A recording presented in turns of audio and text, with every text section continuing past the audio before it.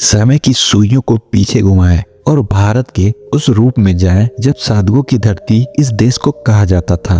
उस जमाने में एक महान संत हुए थे जिनके प्रत्येक और निकट के राज्यों में एक या एक से अधिक शिष्यों की मौजूदगी दर्ज थी। इन्हीं शिष्यों में से एक थे सदानंद। साधु भी सदानंद को अपना चहेता मानते थे। सदानंद ने एक युवक की उम्र तो धारण कर ली थी, परंतु उनका हृदय फिलहाल अभी एक छोटे बच्चे के मुताबिक ही था, अर्थात सदानंद भोले व्यक्तियों के समानार्थी थे। साधुओं ने सदानंद से कई बार याचना करते हुए कहा कि सदानंद, तुम मेरी कुटिया में पधारो, वहां मौजूद हर भक्त को सही राह दिखाने का प्रयत्न करो। परंतु सदानंद हर वक्त टाल देते थे। कारण यह था कि सदानंद अपने परिवार से काफी स्नेह करते थे। वह मानते थे कि उनके जाने के पश्चात उनके बालकों का एवं उनकी अर्धांगिनी का ख्याल कौन रखेगा। इस पर साधु समझाते हुए कहते थे कि तुम नकारात्मक विचारों से भरे हुए हो, यह मात्र तुम्हारा वहम है, तुम्हारा परिवार सकुशल रहेगा। अगले दिन जब सदानंद कुटिया में पहुंचे और सत्संग में शामिल हुए तो फिर साधु ने सदानंद को फिर से प्रस्ताव दिया कि वह हमेशा के लिए यहाँ आ जाए एवं ईश्वर को प्राप्त करने हेतु उनकी भक्ति में स्वयं को लीन कर दें। सदानंद अब साधु की इच्छा पूर्ण करने के लिए मान गए। अब उनको इस बात की चिंता सता रही थी कि वे अपने परिवार को कैसे बताएंगे कि वह अब एक सन्यासी का जीवन व्यतीत करने की इच्छा रखते हैं।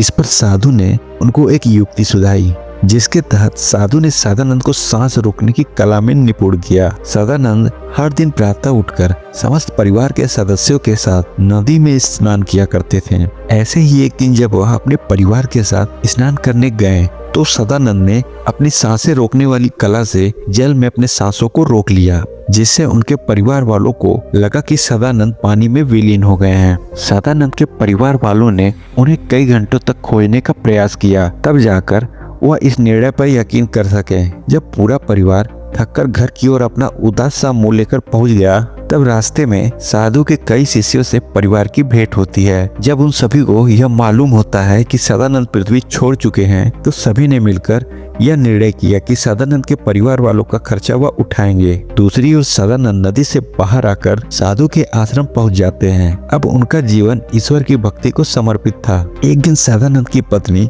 उस साधु के आश्रम पहुंचकर उनका आशीर्वाद प्राप्त करने के लिए मिलती हैं, जिसका ज्ञात होते ही सदानंद कुटिया में कहीं छिप जाते हैं ताकि वह अपने पत्नी की बातों को सुन सके एवं अपनी पत्नी पर नजर भी बनाए रखे। साधु बोलते हैं, पुत्री, हमें यह जानकर बहुत दुख हुआ। हमने जब अपने प्रिय शिष्य की मृत्यु की खबर सुनी तो नैनों से जल बह गए। तुम्हारी हालत अब कैसी है? सदानंद की पत्नी बोलती है, प्रणाम गुरुजी, इनकी पूर्ति कोई मनुष्य नहीं कर सकता, परंतु मेरा जीवन अब अच्छी स्थिति पर आ गया है। यह स्थिति पूर्व से बेहतर है। यह वाक्य जैसे ही साधु के कान में घुसे वह मुस्कुरा पड़े, जैसे उन्हें इस बारे में पहले से मालूम हो। सदानंद की पत्नी अब साधु के आगे अपने शीश झुकाते हुए आशीर्वाद प्राप्त करती हैं और वहां से प्रस्थान करती हैं।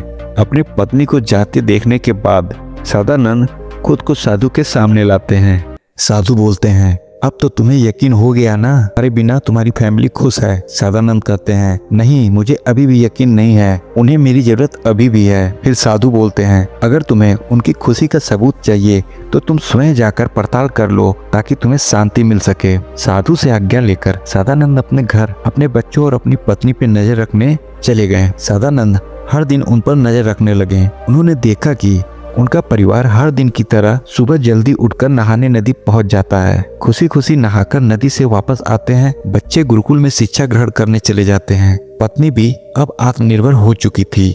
वह अपने घर में से कुछ पैसों से कभी फल तो कभी सब्जियां खरीदती और उसे अपने कस्बे में बेचने निकल जाती। सदानंद की औरत अब कस्बे में एक उच्च स्तरीय व्यापारिक महिला के रूप में खुद को साबित करना चाह रही थी। वह बेहद खुश थी। सदानंद यह दृश्य देखकर बेहद क्रोधित हो गए। उन्हें यह मानने में हिचक हो रही थी कि एक महिला अपने बुद्धि से घर चला सकती है। सदानंद को अपनी बीवी की खुशी हजम नहीं हो रही थी। सदानंद उसी क्षण अपने गुरु के पास गए और उनसे अपनी मुश्किलों का हल निकालने के लिए कहा। साधु ने सदानंद के विचारों का विरोध किया। सहजता से साधु ने सदानंद को स्वयं फैसला लेने को कहा। सदानंद ने पूरे कस्बे में यह अफवाह फैला दी, जो भी सदानंद की बीवी के हाथ से फल और सब्जी लेकर उसकी मृत्यु हो जाएगी। यह ऐलान होते ही उसकी इच्छा पूर्ण हो गई। सभी कस्बा वासियों ने उससे फल और सब्जी लेना बंद कर दिया। 2-3 दिन किसी शख्स ने भी उससे फल सब्जी नहीं ली। सदानंद फिर उस पर नजर रखने के लिए अपने घर पहुँचे तो वह हैरान हो गए। वहाँ अभी सब प्रसन्न थे,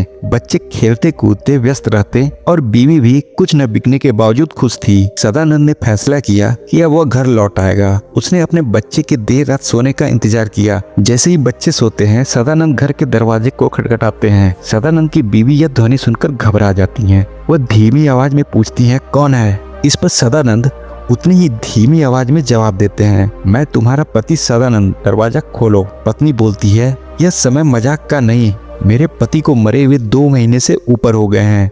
सदानंद कहते हैं, मैं मरा नहीं था। इस पर पत्नी कहती है, नहीं, मैं नहीं मानती तुम्हारी बात को, चले जाओ यहाँ से, अन्यथा मेरे बच्चे तुमसे डर जाएंगे। सदानंद कहते हैं, लेकिन मैं भूत नहीं हूँ, तुम मेरे से क्यों डरेंगे? इस पर उनकी पत्नी कहती है, मेरे पति को मरे हुए 2 महीने हो चुके हैं। 2 महीने से वह घर की ओर मुड़ा ही नहीं, लेकिन अब आकर कोई कहे कि वह मेरे पति हैं तो वे मात्र उनकी आत्मा ही कह सकती है। इस पर सदानंद कहते हैं, अरे भाग्यवान, तुम दरवाजा खोलो, मैं ही हूँ, मैं तुम्हें फिर से खुश करने आया हूँ, अपने बच्चों के जीवन में खुशियों से रंग भरने आया हूँ। उनकी पत्नी कहती है, नहीं, मैं स्वयं बेहद अपने बच्चों को खुश और प्रसन्न करने में सक्षम हूँ और अब तक कर भी रही हूँ। कृपया तुम जो भी हो यहाँ से चले जाओ। सदानंद यह सुनकर वहाँ से दुखी होकर चले गए। दोस्तों, सदानंद को लगता था कि उसके बिना उसका परिवार खुश नहीं रह पाएगा, परंतु हुआ इसके विपरीत। सदानंद की पत्नी ने अपने हाथ में जिम्मा लिया और अपने बच्चे को वह सभी खुशियाँ प्रदान करी।